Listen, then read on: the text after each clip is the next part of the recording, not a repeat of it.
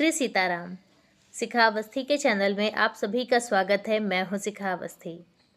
आज इस वीडियो में हम लोग सुनेंगे वैशाख मास के कृष्ण पक्ष की वरूथनी एकादशी व्रत के संपूर्ण व्रत महात्म को, और इसके साथ ही हम जानेंगे कि वरूथनी एकादशी पर भगवान को भोग क्या लगाना है और एकादशी व्रत का पारण हमें कितने समय पर करना है।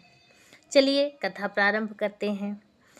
युधिष्ठिर जी ने कहा कि हे वासुदेव, वैशाख मास की एकादशी का नाम क्या है और इस एकादशी का महात्म क्या है।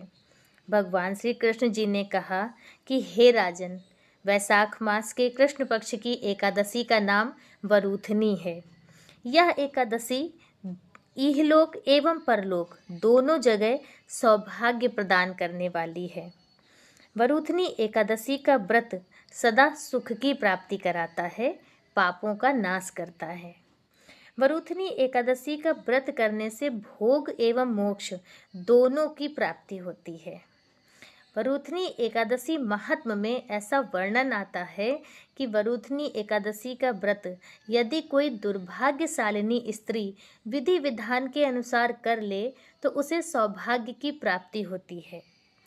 वरूथनी एकादशी का व्रत करने से 10,000 वर्षों तक जप करने से, तप करने से जो पुण्यफल प्राप्त होता है, वह पुण्यफल एक वरूथनी एकादशी का व्रत विधि विधान के अनुसार करने से प्राप्त होता है।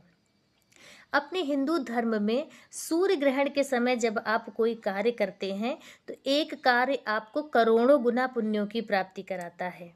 और कुरुक्षेत्र एक ऐसा स्थान है जहाँ पर यदि आप खड़े होकर कोई कार्य, कोई दान कुछ करते हैं तो वह आपको करोड़ों गुना ज़्यादा दान करने का पुण्य फल देता है। और एक वरूथनी एकादशी का व्रत आपको सूर्य ग्रहण काल में कुरुक्षेत्र स्थान में खड़े होकर स्वर्ण दान करने का पुण्य फल प्राप्त कराता है। वरूथनी एकादशी का व्रत महाफलदायक है। शास्त्र कहते हैं घोड़े के दान से हाथी का दान ज़्यादा उत्तम होता है, हाथी के दान से भूमि का दान करना उत्तम माना गया है, और भूमि दान से भी बढ़कर तिल का दान होता है। तिल दान से भी ज़्यादा उत्तम स्वर्ण का दान होता है। स्वर्ण दान से भी ज़्यादा उत्तम अन्न का दान माना गया है, और अन्न दान से भी अधिक उत्तम कन्या का दान है। शास्त्रानुसार वरूथनी एकादशी का जो पुण्यफल है वह कन्यादान के बराबर होता है। इस व्रत का प्रभाव इतना है कि भगवान शिव भी ब्रह्म कपाल यानी ब्रह्मा जी के सिर को काटने के दोष से मुक्त हुए थे। तो पौराणिक कथाओं के अनुसार एक बार राजा मानधाता नर्मदा नदी के तट पर तपस्या करते हैं, और उनकी तपस्या के दौरान ही एक जंगली भालू उन पर हमला कर देता है और उनके पैर को चबाने लगता है।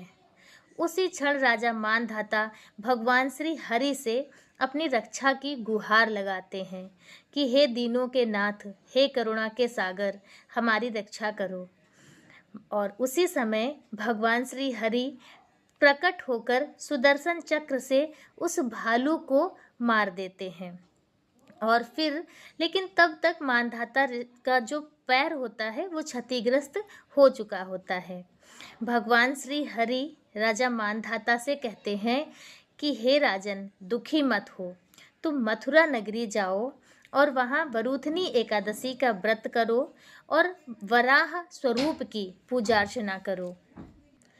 राजा मानधाता ने उसी प्रकार किया। मथुरा नगरी में जाकर वैशाख मास के कृष्ण पक्ष की वरूथनी एकादशी का व्रत किया, वराह स्वरूप की पूजा अर्चना की, जिसके प्रभाव से राजा मानधाता का शरीर पुनः उसी तरह से सुंदर हो जाता है। बोलो वरूथनी एकादशी की जय, बोलो श्री हरि नारायण भगवान की जय। तो इस प्रकार से वरूथनी एकादशी व्रत महात्म संपूर्ण होता है। वरूथनी एकादशी पर भगवान श्री हरि को खरबूजे का भोग लगाना चाहिए। और वरूथनी एकादशी व्रत का पारण 14 अप्रैल 2026 को सुबह 6:43 54 से 8:31 का है। तो इसी समय पर आपको एकादशी व्रत का पारण करना है ताकि आपको वरूथनी एकादशी व्रत का संपूर्ण पुण्यफल प्राप्त हो। आज का वीडियो बस इतना ही। मिलते हैं दूसरे वीडियो में दूसरी जानकारी के साथ। तब तक के लिए श्री सीताराम।